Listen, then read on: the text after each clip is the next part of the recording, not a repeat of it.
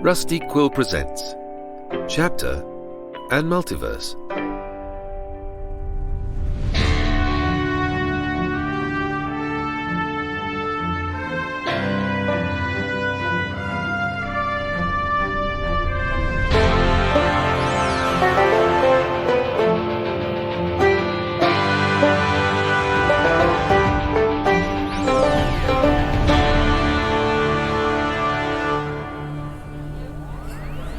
Oh, goodness. Thank heavens you're here. I have more to tell you about the Deeb, Minnie, Joseph and Morgan. Things are really heating up for them, you know. Last time we spoke, I told you about their questioning of Poltergeist, who revealed that Wilt, an important figure from Morgan's past, was planning to interfere with time and space somehow. I must admit, that kind of thing always makes me very nervous. But right now, our heroes are in a cafe. Sadly not my cafe, preparing for their climactic confrontation with Wilt. Hello and welcome to Chapter and Multiverse, the actual play podcast where we explore the same city across multiple parallel universes. I am your Game Master Maddy Searle, my pronouns are she, her, and today we are playing the penultimate game of our campaign of Masks, A New Generation, which is designed by Brendan Conway and allows our players to take on the role of young superheroes. But before we go any further, I must introduce our wonderful and talented players. Could you please let me know your name and pronouns and your character's name and pronouns, starting with Pip? Hi there, I'm Pip Gladwin, and I will be playing Joseph Teller, formerly Zenith, protege of the maybe quite questionable superhero Aquila. We don't know, we'll find out. And our pronouns are he and him. And we'd just love to hug in a cafe. Yeah. And Lydia. I'm Lydia Nicholas, my pronouns are she, they, and I'm playing Minnie Smithson, who is currently really genuinely loving a hug in a cafe. Pronouns she, her. Excellent. And Lowri. Hello, I am Lowri Ann Davies, and I am playing Blade with Morgan, aka Siphon, who is so glad she got back in time for the hug in the cafe. Yeah. And Ahmed. Hello, I'm Ahmed Aljabry, and apparently I'm playing Adib, who is being dragged into a hug because he was too distracted on his phone.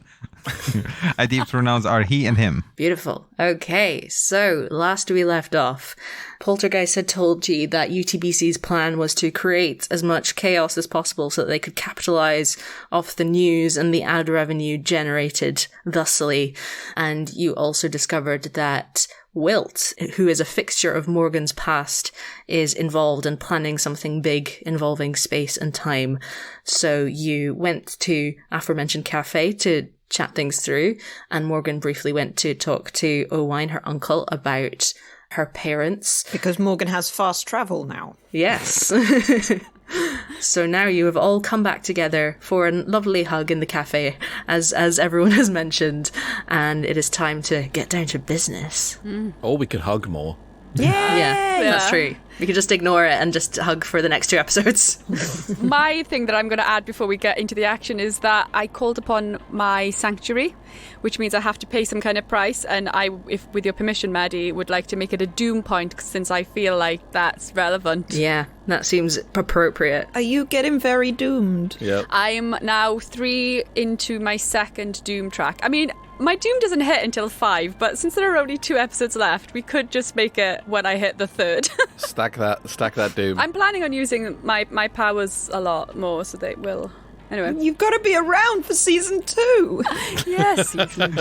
Unconfirmed. Look, the campaign starts here and may end here. Also ends. But it starts here. Okay, Joseph will, after what he deems to be an appropriate amount of time, extricate himself from the hug. Like, not... Yeah, it's not mean. As a part of him that wants to stay in the hug, but there's things to do. Is gonna extricate himself. Did you find anything out, Morgan?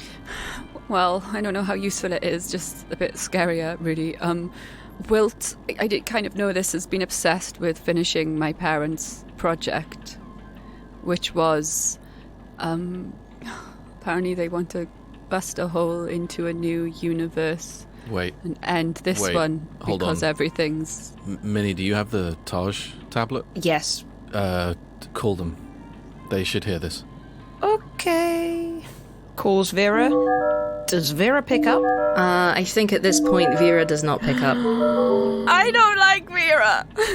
No! Vera is rubbish! Vera may... I think the big bad is Vera. Yeah, I'm scared that it is. Liz. I really None of this makes sense. She's just overworked. They didn't answer their phone. They must be evil. Must be evil. How often do you answer your phone when people call Meanwhile, you? on the news behind you in this cafe, explosions are happening. Like, you hear the echo of an explosion further across the city. Oh, actually.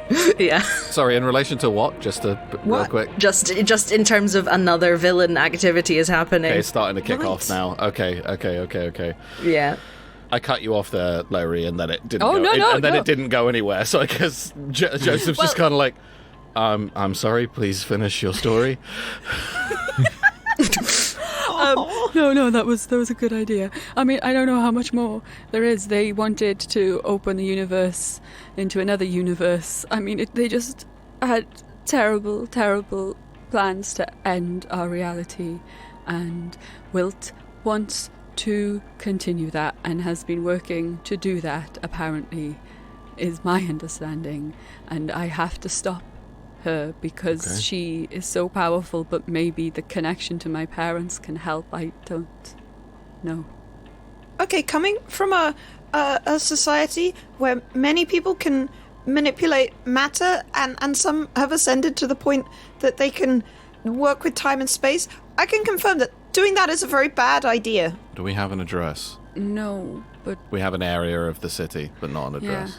You may have noticed that I've picked up some new powers. I don't really know what's going on. I'm a bit afraid because, like... Can you move us like that? I've never tried. Can Morgan do that? Well, if you do an Unleash Your Powers roll, we could find out. Ah, yeah. Okay, well, we don't know where we're going yet. So do we want to try now?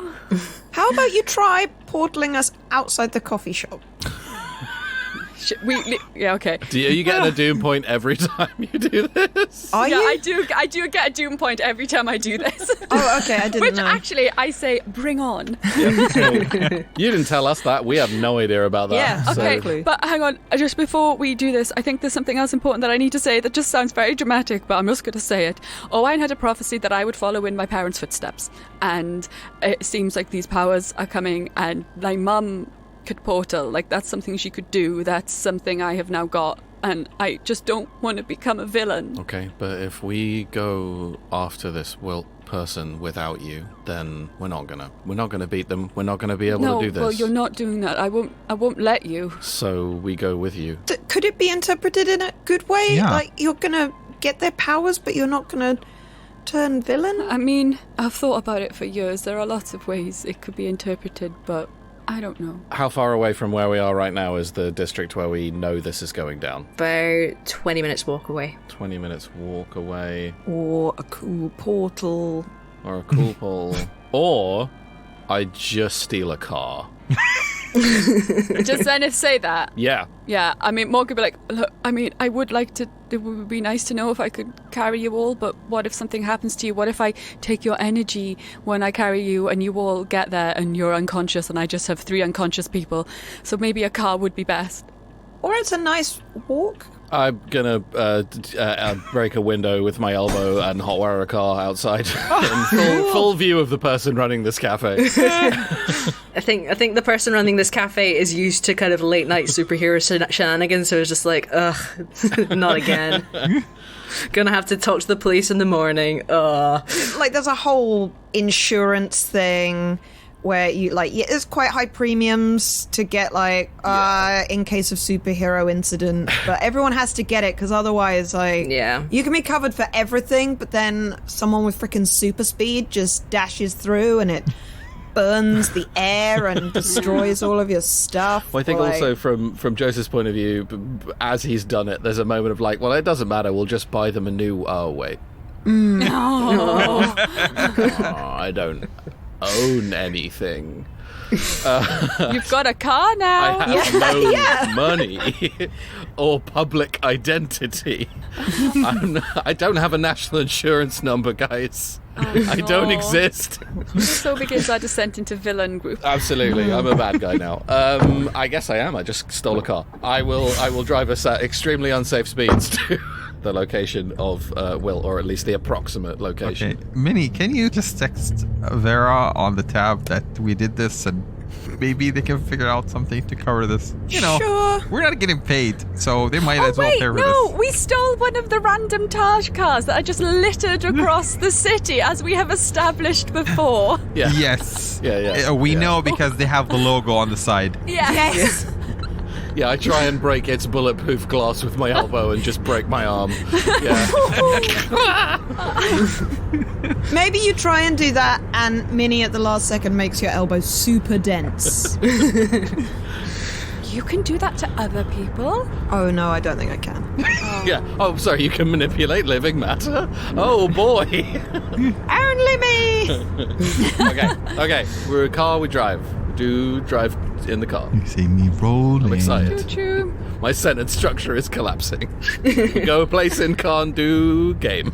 Okay, you speed off into the night through the city streets of Chapter into the industrial district. You zoom past the Clear Vision trading building that you saw just a couple of days ago.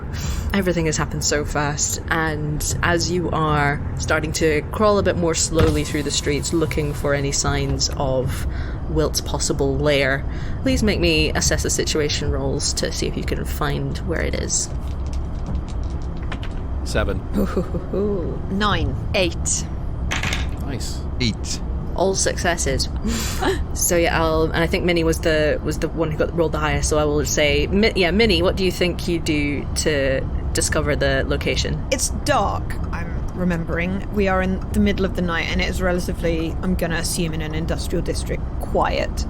Perhaps there is the vague sound of some machining, but I'm guessing it would be quite hard to place. So Minnie's just going to kind of stand there, put fingers on her temples in that kind of way that signals in superhero films that someone is using their mind.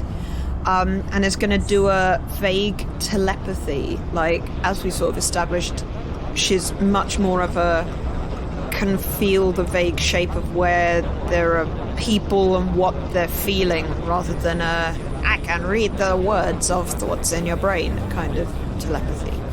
So that's what she's going to... Where can I feel villains? Yes, as you are driving slowly through the streets of this district, you get a ping in your telepathic field. Yeah, that's how it works, like a radar. Metaphorically speaking. And you can feel just an intense sense of excitement. And the feeling of a project just almost being finished, just being so close. Oh no. Oh, wait, everyone, I can feel either somebody is just about to finish a very exciting Lego project, or end the world. And they're about... Minnie does the, like, fingers to the temples, then, like, wobbles the hands around and then points wherever the sense comes from. They're over there. What do Yes. we see in the direction that Minnie is pointing? Yes, you can see a disused factory with moss growing and cracks in the concrete and rusty metal railings. And if you peer inside, you can see just a pair of yellow lights just sort of moving from left to right very slowly. Either someone has two separate eyes on stalks, which I haven't encountered on this planet, or two people with torches. We don't have a lot of time. Should I go with the torch theory? Yes, I think so. Okay.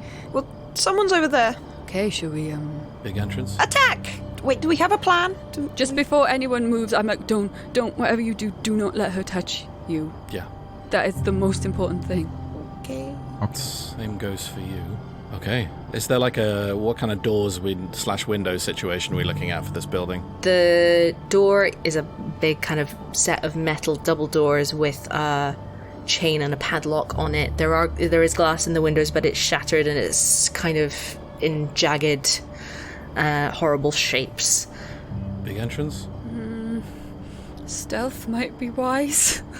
I could try to remove the glass and just or open the window with my ribbons. I can... Look, there's not very much light around, so I can probably just control what they can see from the torchlight. So I can't control sound, so we'd have to be quiet. All right. Okay. Let's go. Carefully through a window whilst, I guess, being masked by Minnie. I'll remove the glass carefully with my ribbons just so we can sneak in without anybody getting hurt. Nice. I mean, until the people turn up with their torches, or whatever it is. Like, Minnie... It's not like Minnie's deploying powers right now, it's just that if the light... We will always be in shadow. Okay, so we're going stealthy. You go in stealthy. Sneak. I'm just gonna say that happens, and you creep your way into this dark and dank abandoned factory, and you can see now from your vantage point behind some crates that there is a robotic dog pacing back and forth over the top of a trapdoor. Minnie is adores the cute... Well, this is where it ends, isn't it? Because we can't hurt a dog. Yeah. But it's a robot. This is perfect for me. I was going to say, I was like, I'll hurt a dog. I have no compassion. You do! You're good inside! I'll hurt a robot dog. Robot dog. I want to keep that dog. This is perfect. I am going to stealthily sneak up on it and just wrap my ribbons around it until it's like tied down properly. So what do I need to roll? Is it engage or leash? Can we assess this? Because I feel like this is going to have some kind of camera on it. Look, if Adib wants robot dog, Adib acts to get robot dog. I always wanted a dog, but because we can't have dogs at home, a robot dog is the perfect answer. I want to catch it and I want to keep it. Zenith, you're good at stuff like this. Actually, I think Adib, you are too. But is there... am I not right in thinking there might be a camera? Can you see any kind of... What is the purpose of this dog? Probably a guard, but I will be mindful of surroundings, assess situation before entering into a fight. I'm going to do Yes. You can Perfect. keep it if we catch it, Adib. that. I'm rolling badly today. 3, 1... No, that's only a 6. Oh, poop. Yeah, it's very dark. And you can only really see the kind of yellow glow of the eyes of this robot dog. Squinting with my complete lack of night vision. Yeah. Damn it. Yeah, again, I can imagine you like focusing on a dark spot, Damn it. expecting it to light Oh, up. no. Oh, why did you throw the helmet? Well, you had to. Yeah. Yeah. So at this point, as you are poised, trying to determine what you are going to do with this robot dog, we are going to take a short break and be right back.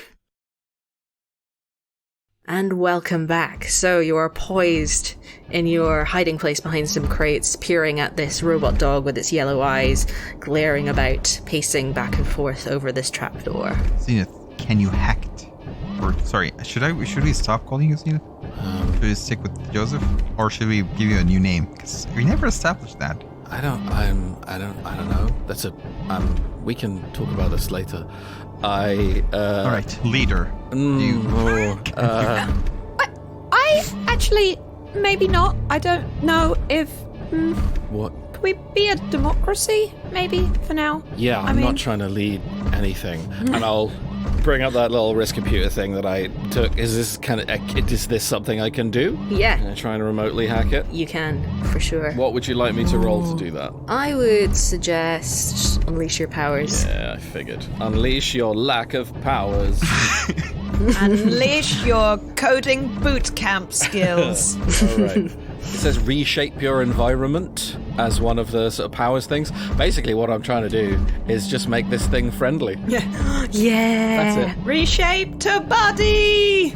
Come on. Better dice rolls than the other ones today. Let's go. This is the most important dice roll we've ever This is the had. most important dice roll I have ever had. And I've rolled a lot of dice. All right, here we go. Okay, it's a success. Ooh. It's not a high success, but it's a 7. Okay, so I think you can make this dog friendly for an hour. Okay. So we'll fall in love with it and then it will betray No, us? I think Probably automatically reboot after 1 hour. so hacked dog friendly. While I'm hacking it, do I discern that it has like cameras that it's using? Is it feeding like audio or visuals somewhere else? Yes, you can absolutely see that it is doubling as a guard dog and a surveillance device. Cool. In making it friendly, am I also cutting that connection? You can, yes, absolutely. You can cut off its connection to. You can also see in its coding that it is part of a pack. Friend. And so if you had tried to engage it, it would have set off an alarm to call its fellow pack mates to help it. Amazing. We could have had more friends. That would have been a massacre. I think the last thing I'll do is Joseph bends down, picks up like a metal bit of rebar, like a bent sort of metal bar, and I'll like, hey buddy, hey, and I'll get the dog's attention with it, and then I'll turn towards the window and just fling it as hard as I can out the window and go, fetch. And the dog, it has these exaggerated, like triangular shaped, jagged metal teeth, and it just contorts them into this big doggish grin and makes a sort of metallic panting noise and leaps out of the window after this metal stick and it can no longer be seen. Well done. Great. Should we go down? Is this trapdoor locked? I mean, could you... Do we get to keep the dog? No, it's only an hour. It'll probably return to its post. Okay, so we get out of here within an hour. I can probably do a longer term hack, or I can take it. Don't worry, Adib, we'll get you that dog. Thank you. Shall I open the door, the trap door? I don't see another way in. And as Joseph says that, he kind of looks around for vents. Where are the vents? Any vents in here? It's been so long since I was in a vent. So as you are inspecting this trapdoor, you can see that it is very heavy, it's very large. It would not be a problem for someone like Morgan to rip this open, though, if she had enough energy. But there's also a fingerprint device attached to it, which would allow someone with the correct fingerprint or DNA to get in. Oh no. Morgan has a sinking feeling and puts her thumb on the fingerprint pad. Yep. Bing! Green light goes on. The trapdoor starts to open. Have you been here before? No, but I think maybe Wilt wants me. We don't have a choice. Okay. I'll hop down the ladder and just go first. We gotta go. We gotta move. The longer we spend, the more likely. I'll glide down. Yeah. Morgan comes, yeah. We've only got an hour till the dog comes back, so. You know, the dog is our main worry here. Ticking clock, folks. Yeah, not the incredibly powerful supervillain who's planning to manipulate That was space a and tenner time. penny.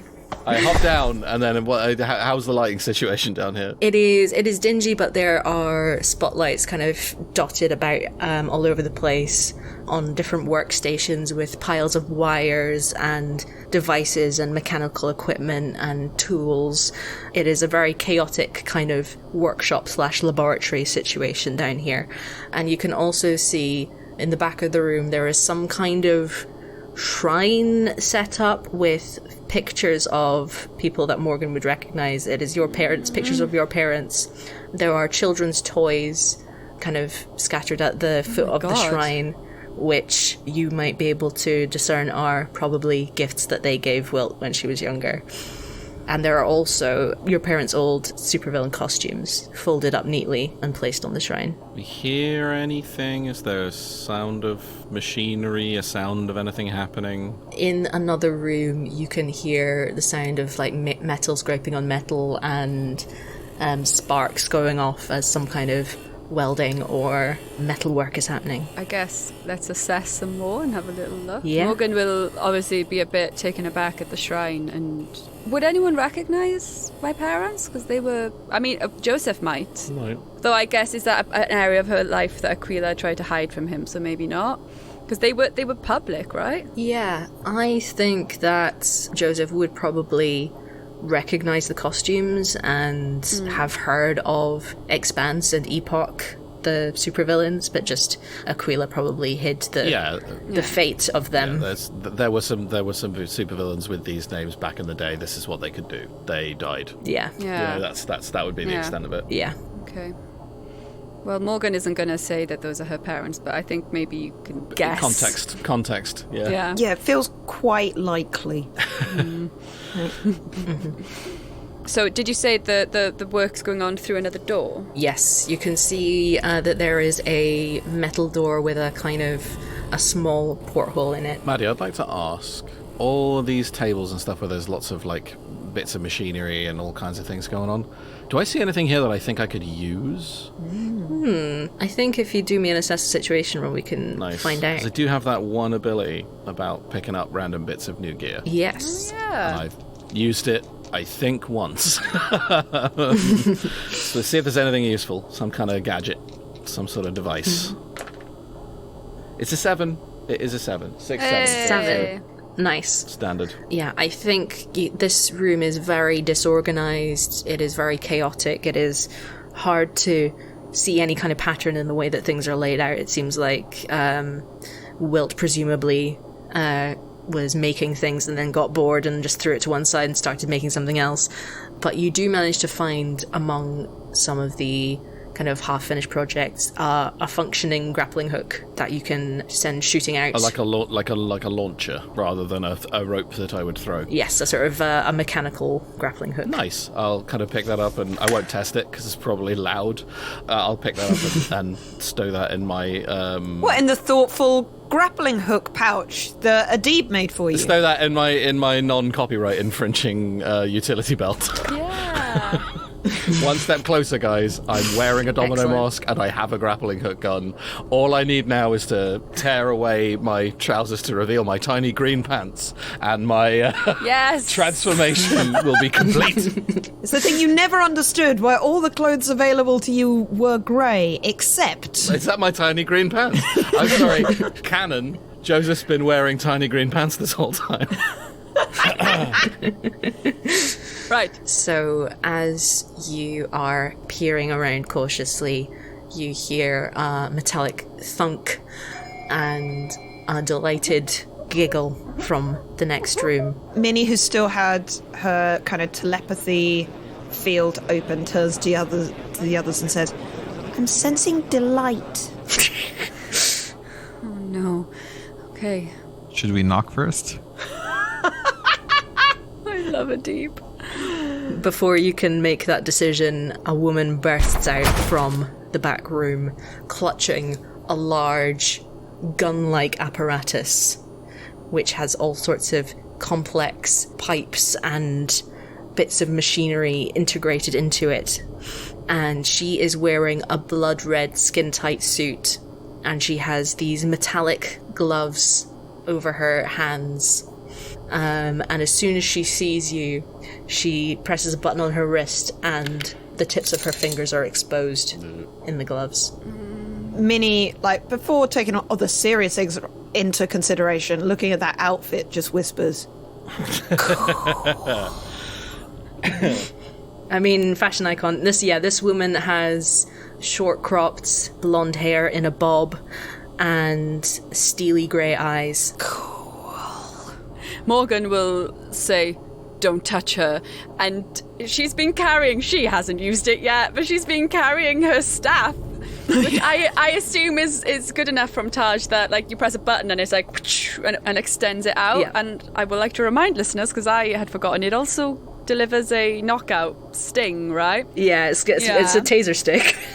And she has practiced for one day with Zenith, so... You did. Yeah. You did. And I'm a very good teacher, probably, maybe Yeah, not. that's probably your calling. Yeah, and I think as you extend your weapon and Wilt turns her gaze upon you, she says, sister. Morgan's... she's going to directly engage a threat. She's going to attack her immediately. Perfect. Should we count our team? Yes, we gotta. Yes. We're entering into a combat with a dangerous foe, I'm guessing. and very well dressed. And we're so ready. We're prepared. We're all very prepared for this. We're not unprepared. Yeah. We are. And all of our aims are aligned. Yeah. And we trust each other now. Do implicitly. We do. We've been broken down and we've come back together in the last 48 hours. Several times. You folks are the best friends I've had this week. Yeah. I think, looking at the team mechanics, I think you have at least 3 team in the pool. Nice. Who is the leader?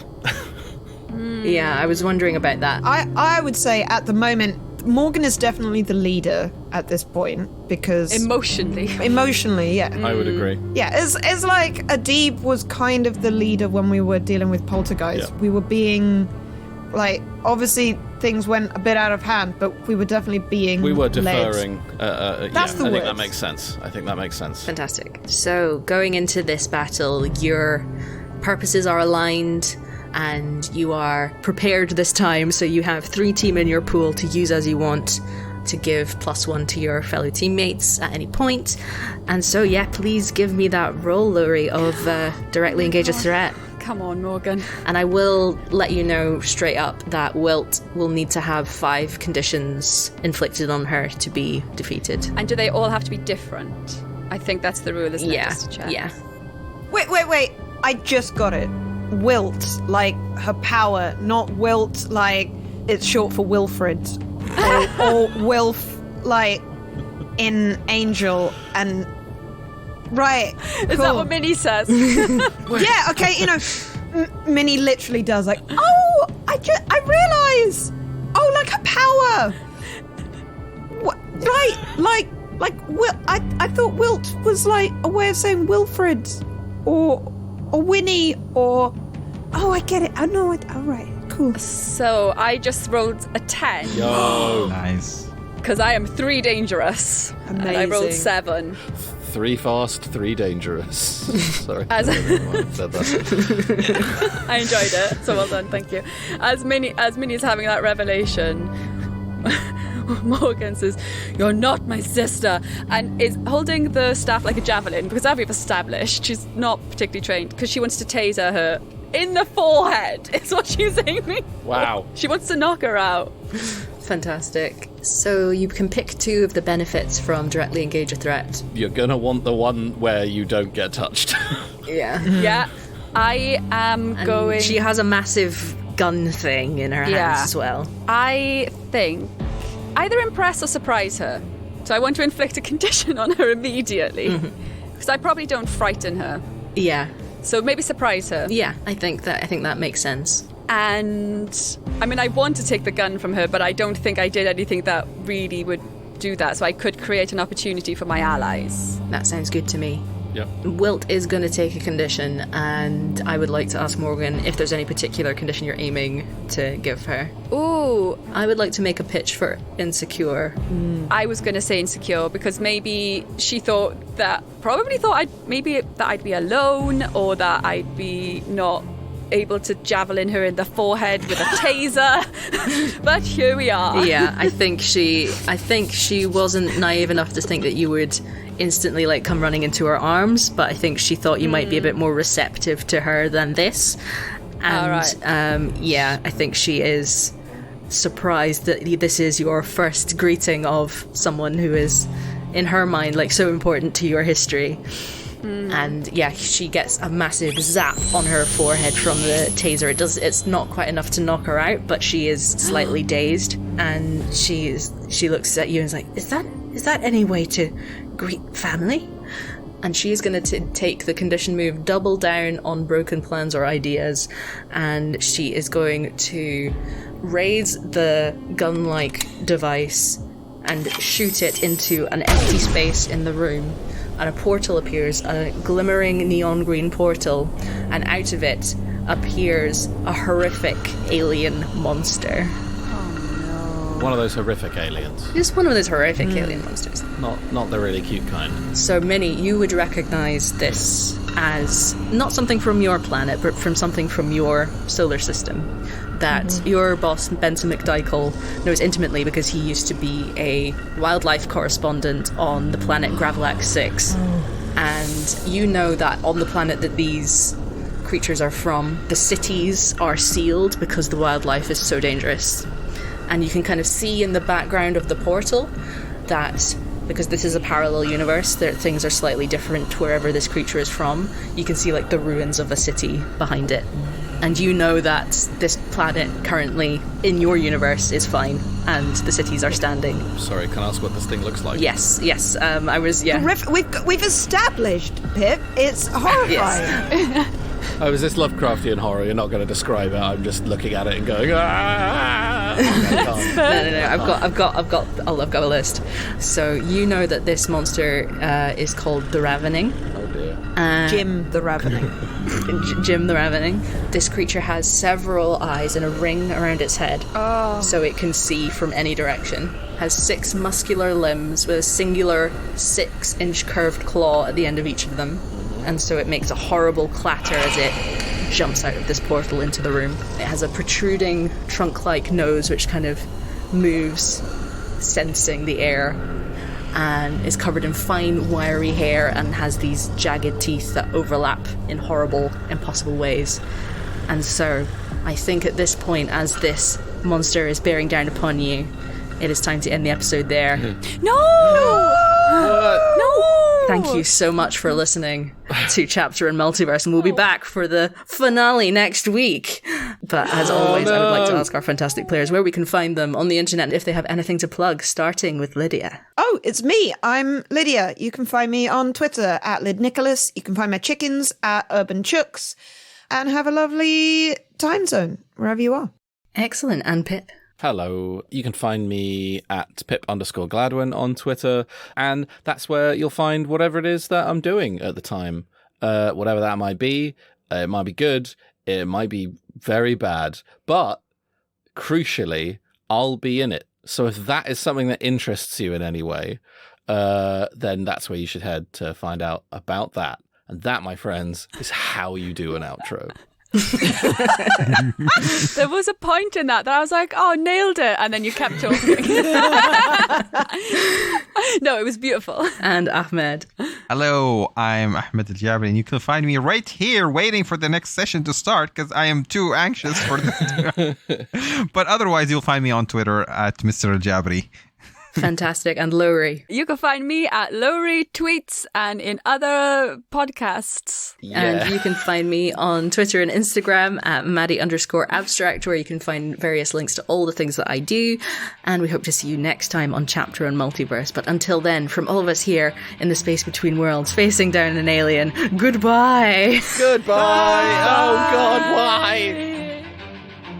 Chapter and Multiverse is a podcast distributed by Rusty Quill and licensed under a Creative Commons Attribution, Non-Commercial, Share-alike 4.0 International License.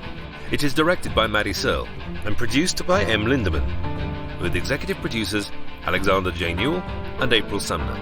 The Eternal Tavern Keeper was played by Kareem Cronfley. This episode was edited by Lowri Ann Davies, Tessa Vroom and Maddy Searle, with music by Nico Vertese. Thank you for listening.